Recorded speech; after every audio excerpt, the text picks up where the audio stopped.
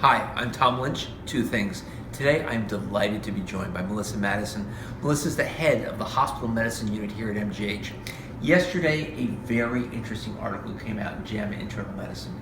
And the crux of the article suggests that women do a better job as doctors taking care of patients than men do. And they used hospital medicine physicians as the example for this. So I guess the first question, Melissa, you were not an author of the study. I was not, although there are authors on that paper from Mass General, from the division, and from our sister institutions. So is it true? Are women better doctors than men?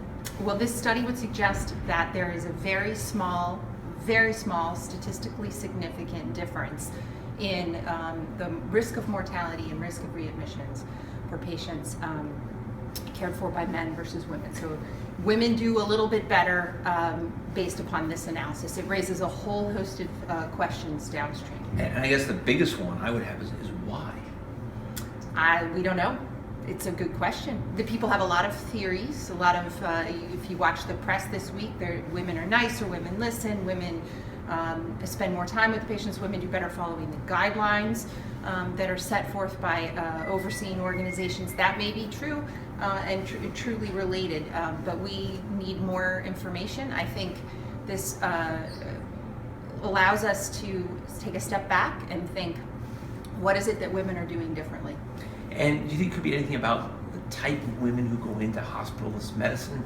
Are they better doctors? Does it select for people who are more compulsive, detail-oriented? Are there characteristics of hospitalists that are I think that hospitalists make them successful? Hospitalists are like doctors everywhere, right? People go into healthcare for reasons that drive them into that field versus industry, finance, etc. And I don't think hospitalists are really any different, other than they really enjoy taking care of patients that are acutely ill and in the hospital.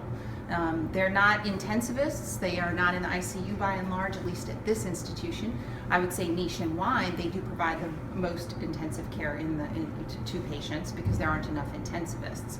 But at least at Harvard and Harvard teaching hospitals, we're providing acute care to hospitalized elders. And so I guess the last question I'll ask you is, whether it's a man or it's a woman, what makes a great hospitalist?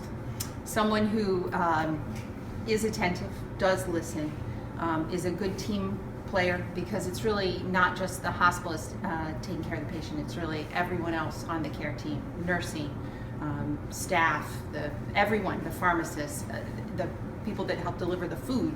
Every single detail goes into taking care of a patient. It's not just the doctor. Melissa, thank you very much for the work that you do every day for the MGH and for our patients. Thank you. I'm Tom Lynch, and that's Two Things.